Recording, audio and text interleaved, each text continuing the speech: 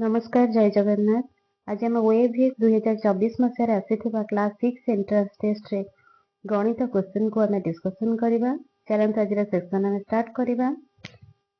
First question अछि 3/25 को दशमिक रूप में लिख। देखो भाई 25 अछि आमर हर 10 100 किंबा 1000 करदेले हमको दशमिक रूप में प्रकाश करबा सहज होता है।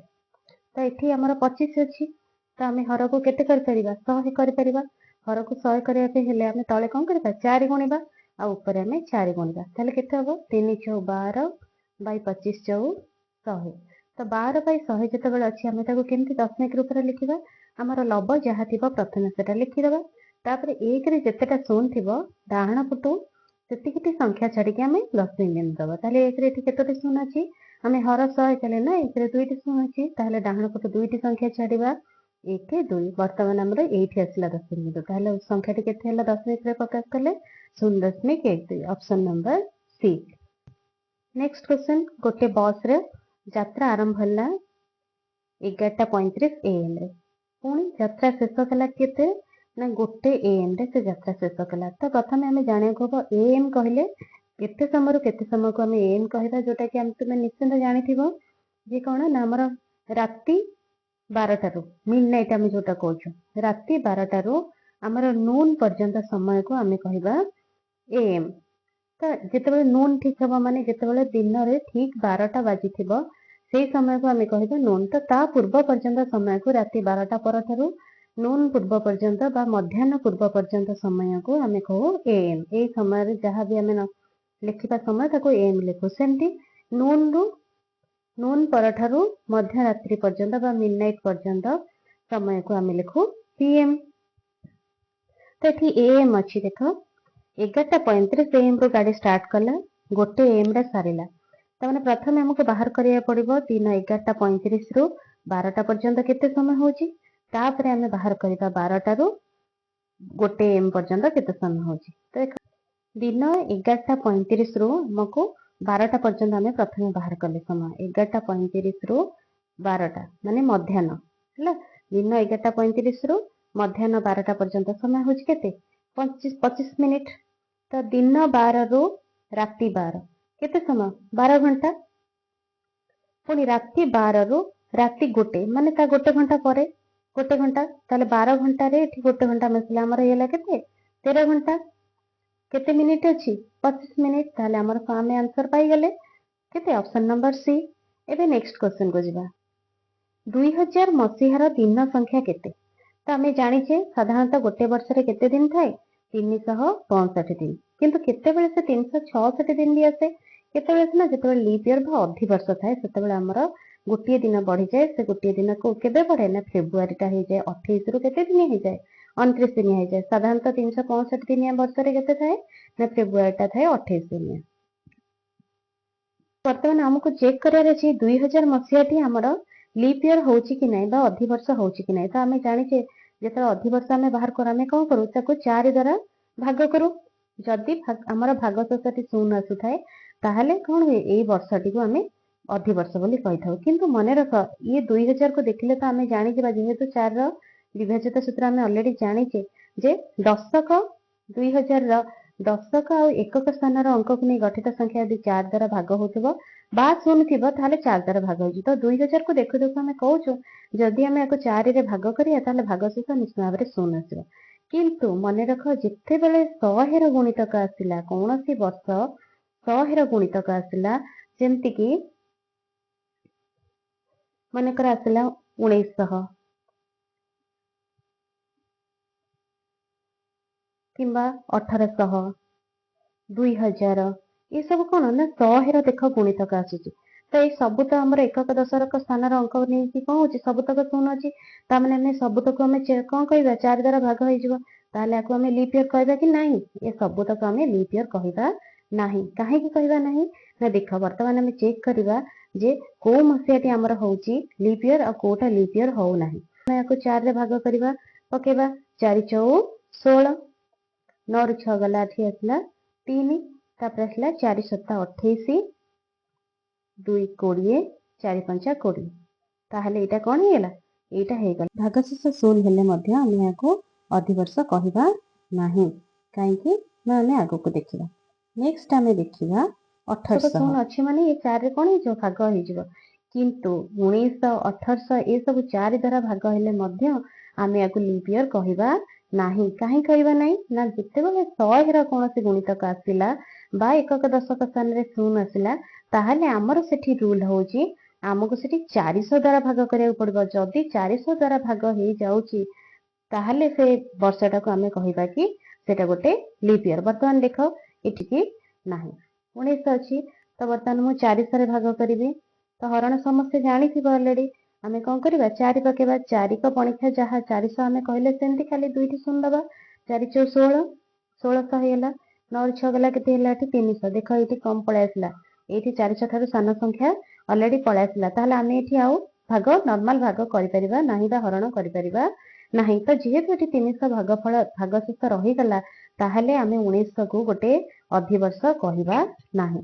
ତାହେଲେ ଅଧିବର୍ଷ କହିବା ଯଦି 100ର ଗୁଣିତକ ବାଲା କୌଣସି ବି ବର୍ଷ ଆସିଲା ତାହେଲେ ତାର ଅଧିବର୍ଷ ଆମେ ଚେକ୍ କରିବା ପାଇଁ ହେଲେ ଆମେ କୋଉଥିରେ ହରିବା? ମନେ ରଖ ଆମେ 400 ଦ୍ୱାରା ହରିବା। ଠିକ ଅଛି। ତାହେଲେ ବର୍ତ୍ତମାନ ଆମର ଅଛି 2000। 2000 ମଧ୍ୟ କାହା ଗୁଣିତକ ହଉଛି? ନିଶ୍ଚିତ ତାର ଏକଦଶ ସ୍ଥାନରେ ଶୂନ ଅଛି ମାନେ ଆମେ କୋଉଥିରେ ହରିବା? 400 ଦ୍ୱାରା ଭାଗ କରିବା। 400 ଦ୍ୱାରା ଭାଗ କଲେ 4 5 ଆସିଲା 20 2000 ହେଇଗଲା। ତାହେଲେ ଭାଗଶେଷ ଆସିଲା ଶୂନ। ତାହେଲେ ଆମର ବର୍ତ୍ତମାନ 2000 ମସିହାଟି କ'ଣ ହେଇଯାଉଛି? ଗୋଟେ ଅଧିବର୍ଷ ହେଇଯାଉଛି। ଯଦି 2000 ମସିହାଟି ଅଧିବର୍ଷ ହେଲା ତାହେଲେ ତାର ବର୍ଷ ସଂଖ୍ୟା ତା ଦିନ ସଂଖ୍ୟା କେତେ ହେଇଯିବ? 366 ଦିନ। Option number C. Then next question.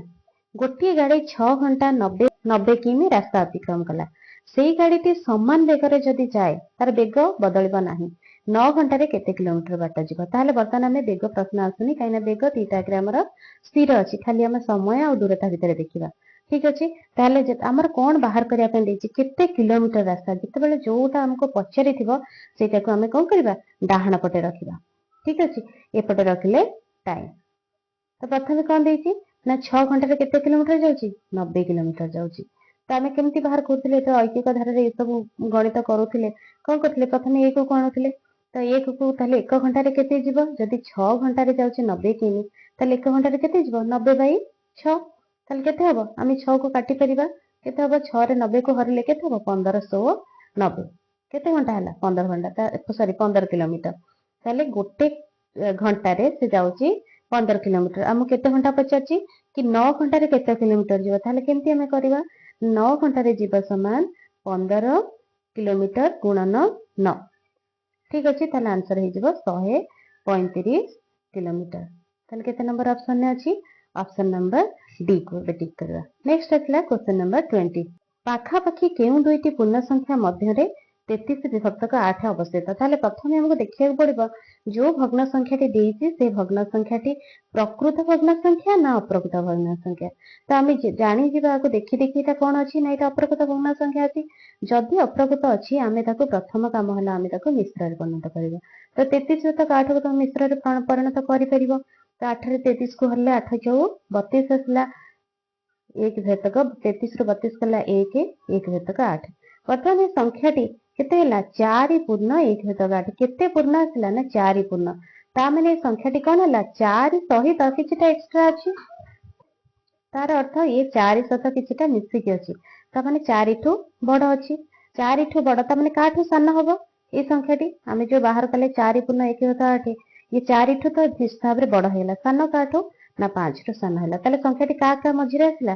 4 ଆଉ 5। କେତେ ନମ୍ବର ଅପସନ ଅଛି? Option number D. ପ୍ରଥମେ ଆମେ ଦେଖିବା କେତେ ପୂର୍ଣ୍ଣ ସଂଖ୍ୟାଟି ଆସିଲା। ଯେତିକି ପୂର୍ଣ୍ଣ ଆସିଲା ସେଇ ସଂଖ୍ୟା ଓ ତା ପର ସଂଖ୍ୟା ମଝିରେ ହିଁ ଏଇ ସଂଖ୍ୟାଟି ଆସିବ। ଠିକ ଅଛି। ଆଉ ଗୋଟେ ଏକ୍ସାମ୍ପଲ ନେଇକି ଆମେ ବୁଝିବା। ଗୋଟେ ସଂଖ୍ୟା ଅଛି 5 ବିଭକ୍ତକ 2। ତାହେଲେ ଏ ସଂଖ୍ୟାଟି କାହା ଭିତରେ ଅଛି? କେମିତି ଜାଣିବା ନା ଆକୁ ଆଗେ ପ୍ରଥମ ଆମ କାମ ହେଲା ମିଶ୍ରରେ ପରିଣତ କରିବା। 5 ସହିତ 2 କୁ ମିଶ୍ରରେ କଲେ 2 ଦୁନେ 4 5 ରହିଲେ 1 ବିଭକ୍ତକ 2। ତାହେଲେ ବର୍ତ୍ତମାନ କୁହ ଏ ସଂଖ୍ୟାଟି କାହା ଭିତରେ ଆସିବ? ନିଶ୍ଚିତ ଏଠି ପୂର୍ଣ୍ଣ ସଂଖ୍ୟାକୁ ଦେଖିଲା ଏଠି 2 ଅଛି। ତାପରେ ପୂର୍ଣ୍ଣ ସଂଖ୍ୟାଟି ହେଉଛି 3। ତାହେଲେ ଏଇ ସଂଖ୍ୟାଟି 2 ଓ 3 ମଧ୍ୟରେ ଆସିବ। ଠିକ ଅଛି। ତାହେଲେ କୋଉ ସଂଖ୍ୟା ଭିତରେ ଆସିଲା? 2 ଆଉ 3। ଏଇ ପୂର୍ଣ୍ଣ ସଂଖ୍ୟା ମିଶ୍ର ଭଗ୍ନାଂଶରେ ପ୍ରକାଶ କଲା ପରେ ଯୋଉ ପୂର୍ଣ୍ଣ ସଂଖ୍ୟାଟି ଆସିଥିବ ସେଇ ସଂଖ୍ୟା ଆଉ ତା ପର ସଂଖ୍ୟା ମଝିରେ ହିଁ ଏଇ ସଂଖ୍ୟାଟି ଆସିବ। ଠିକ ଅଛି। ବର୍ତ୍ତମାନ ଆମେ ନେକ୍ସଟ କ୍ୱେଶ୍ଚନ ଯିବା। ଗୋଟିଏ କେକ୍ ର 1 ବିଭକ୍ତକ 3 ଅଂଶ ମୀରାକୁ ଦିଆଗଲା। ତ ताले मीरा पाखरे केते अछि मीरा पाखरे अछि 1/3 अंश निज भागर 1/4 अंश से ता भाई को दे देला ताले कहार 1/4 अंश देला ता पाखरे जो केक थिला से केक रो 1/4 अंश 1/3 रो 1/4 अंश से ता भाई को देला ताले ता पाखरे आउ समुदाय केक रो केते अंश रहिला मीरा पाखरे समुदाय केक रो केते अंश रहिला वर्तमान देखो जदि से 1/3 रु 1/4 से आ मध्य देला ताले र अर्थात होची हमर प्रथम आसला गुणन ताले 1/3 गुणन आमे 1/4 बाहर करबा र अर्थ गुणन ताले आर केते अंश से देला ना 1/12 अंश देला तारेला 1/12 अंश ताले एबे ता पाखरे केते केक बळका रहिला ता पाखरे थिला केते 1/3 अंश थिला से ता भाई को दे देला 1/12 अंश 1/3 माइनस 1/12 ताले केते हबो हमर एठी अछि हरर लसागु जेतेबेला हमर गुणनीयक गुणितक थाए सेतेबेला हमें बड़ संख्याटी बा गुणितक को हमें को तार लसागु ताले 12 हला लसागु एठी हबो केते 3 4 12 4 के 4 माइनस एठी जेतु हर अछि 12 आसला 1 ताले 4 1 गला केते हला 3/12 3/12 को हमें लघिष्ठ करि परिबा जेहेतु हबो 3 के 3 3 6 12 ताले हमर आंसर केते हला 1/4 ताले केते नंबर ऑप्शन अछि 1/4 ऑप्शन नंबर सी तो नेक्स्ट क्वेश्चन देखिबा नेक्स्ट अछि गोटे स्थूलकोणी त्रिभुज रे केतोटी सूक्ष्म कोण रहि परिबा तो प्रथम हमें जानवा दरकार स्थूलकोण कोन सूक्ष्म कोण कोन ताले गोटे त्रिभुज रे तीन कोण रे समष्टि केते थाए गोटे त्रिभुज रे तीन कोण रे समष्टि हे हमर 180 डिग्री स्थूलकोणी कहले कोन ना 90 डिग्री रु अधिक आ 180 डिग्री रु कम थिबो 90 डिग्री रु अधिक और 180 डिग्री रु से कोण अधिक कम थिबो ये हला स्थूल कोण सूक्ष्म कोण कोन 0 डिग्री रु अधिक थिबो आ 90 डिग्री रु कम थिबो एटा हला सूक्ष्म कोण ताले से कहूची गोटे स्थूलकोणी त्रिभुज रे केतोटी सूक्ष्म कोण रहि परिबो तो जदी गोटे त्रिभुज रो तीन कोण रे समष्टि हला 180 आ गोटे कोण हेला 90 रु अधिक हेला ताहेले अन्य दुईटी कोण निश्चित भाव में 90 ठू सान हम तो 90 ठू कम हेले से दुईटी कोण को हमें कौन कहबा सूक्ष्म कोण कहबा ताले दुईटी जाक अन्य दुईटी जाक कोण हमर सूक्ष्म कोण रहिबो ताले option number C next question केंद्र बिंदु मध्य देई वृत्तर परिधि उपरिस्थ दुईटी बिंदु को जोग करुवा रेखाखंडर नाम कोन गोटे वृत्त एटा को हमें कहबा वृत्तर परिधि आउ जो केंद्र को केंद्र करी वृत्तटी अंकन करा जायथिबा सेटा हला तार केंद्र बिंदु तो एठी क्वेश्चन अछि केंद्र बिंदु मध्य देई वृत्तर परिधि उपरिस्थ दुईटी बिंदु को जोग करुवा रेखाखंडर नाम कोन ताले केंद्र बिंदु को केंद्र को जदी हमें देखिबा परिधिर गोटिए पाखको बा गोटे केंद्र ठू ता परिधि पर्यंत अंकित रेखाखंड को हमें कोन को व्यासार्ध को बा व्यासर अर्ध ताले से कुछ वृत्तर केंद्र उपरिस्थ एक रेखाखंड जदी तार उभय पार्श्व वृत्तर परिधि ऊपर रहिला ताले सेटा को हमें कोन कहबा वृत्तर व्यास बोली कहबा ताले ऑप्शन नंबर बी व्यास को टिक करबा नेक्स्ट अछि इंग्रजी अक्षर ए रो केतोटी प्रतिसम अक्षर रहिछि बा हमें एमिति को जगह रे ए रो हमें गार टाणिले बा प्रतिसम अक्षर टाणिले उभय पार्श्व समान दि भाग रे भाग होतबो ताले वर्तमान देखो एटा हमें लिखले ए जदि मु एठी हमें टाणुछु आ गोटे गार कि एठी टाणलु ताहले से कोन ताको समान करूची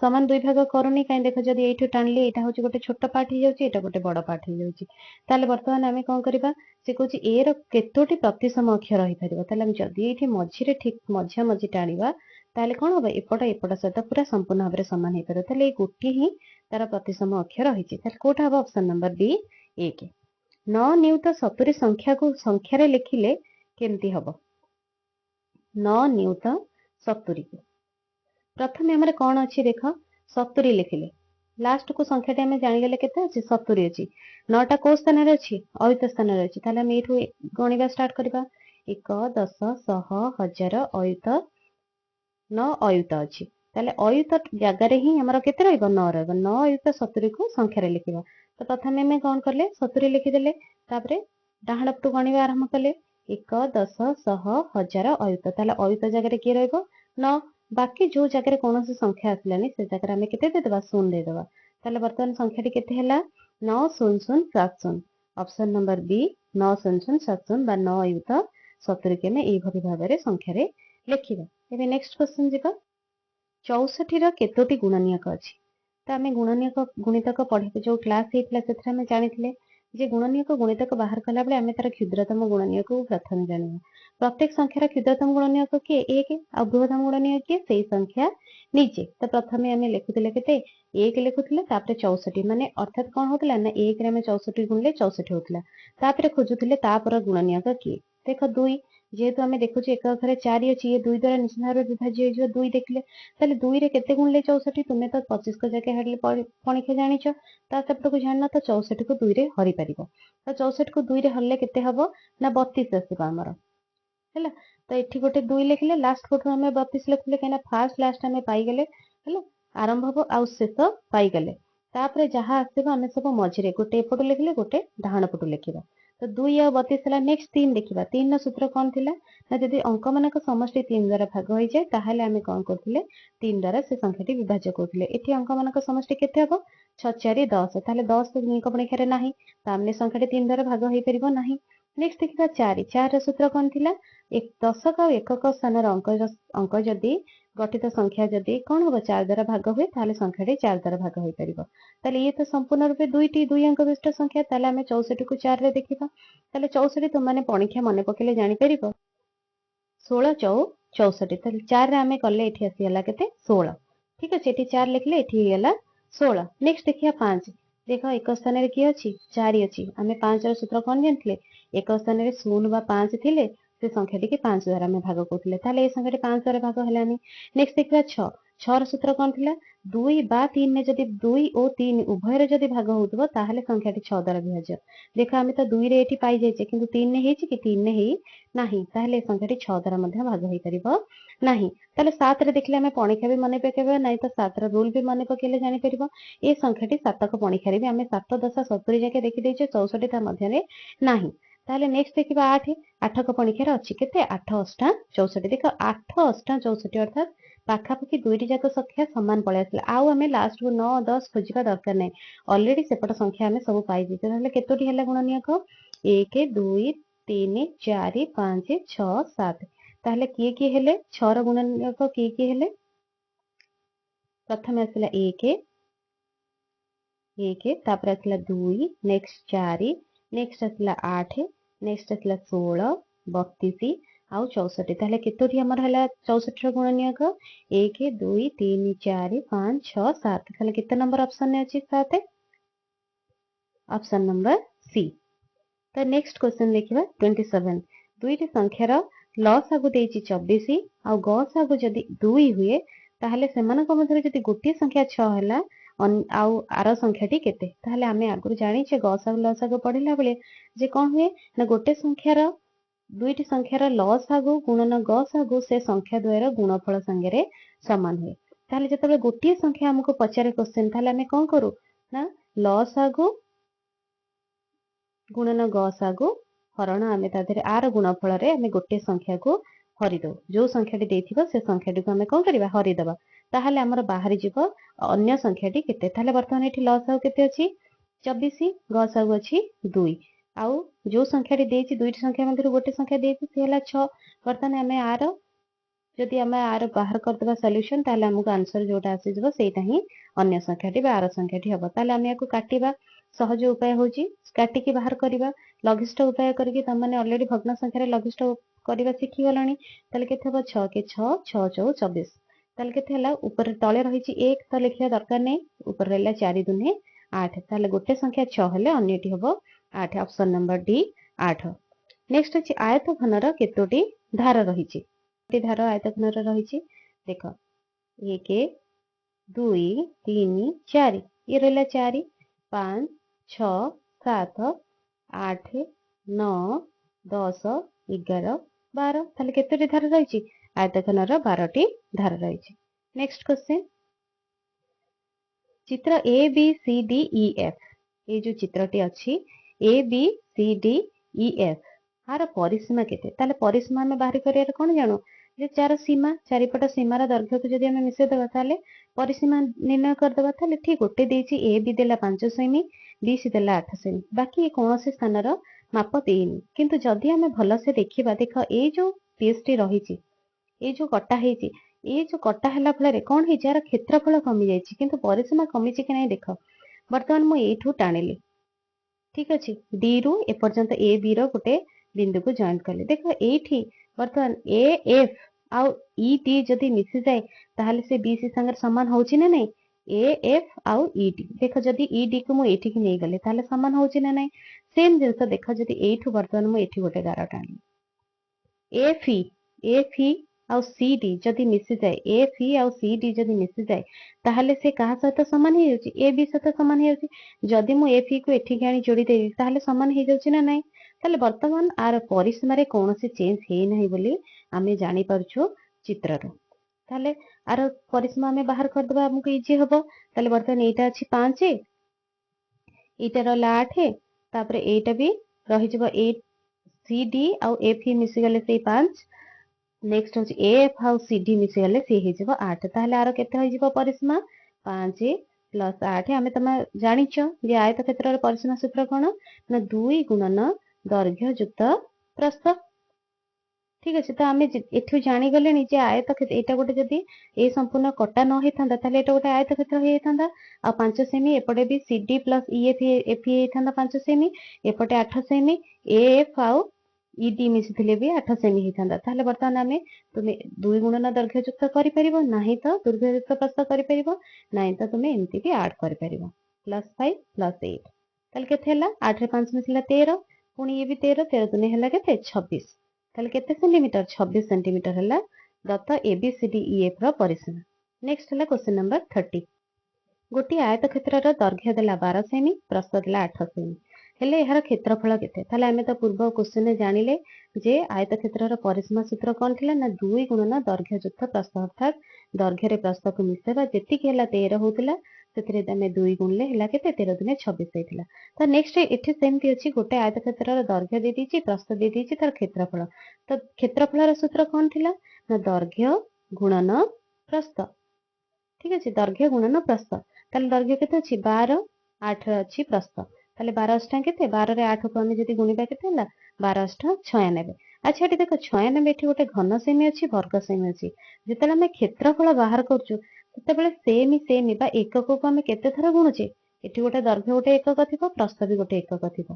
ताले जतेबेले हम गोटे संख्या को दुई थर गुणुचे जतेबेले 2 को हम दुई थर गुणे आमे ताको कहू 2 रो वर्ग हेला ठीक अछि 2 रो स्क्वायर हेला बा 2 रो वर्ग हेला सेमति जतेबेले हमर एठी सेमी रे हम सेमी गुणुचु ताहले आमे ताको कहि परिबा स्क्वायर सेंटीमीटर बा वर्ग सेमी बा आमे ताको ओडिया लिखबा वर्ग सेमी ताहले घन सेमी कोडी आसीबो जतेबेले घन वस्तुर आयतन बाहरिबो सेतेले घन सेमी आसीबो ताहले बर्तमान हमर आंसर केते आसी जिवो जे आमे जानिले जार दैर्घ्य अछि 12 सेंटीमीटर आ प्रस्थ अछि 8 सेंटीमीटर ताहले 12 अष्टा हला 96 वर्ग सेंटीमीटर हबो बुझिला वर्ग काहे कि हला वर्ग सेंटीमीटर काहे कि हम सेंटीमीटर को दुई थर गुणुछु तो एठी आंसर आसिला ऑप्शन नंबर सी 96 वर्ग सेंटीमीटर तो बर्तमान हमें 2024 मसिया जतटू क्वेश्चन गणित क्वेश्चन थिला डिस्कशन करि देले जदि एथिरे कोनोसी डाउट रहिला ताहले निश्चित कमेंट सेक्शन में जणैबो नेक्स्ट क्वेश्चन मु बहुत शीघ्र नै के आसीबी थैंक यू।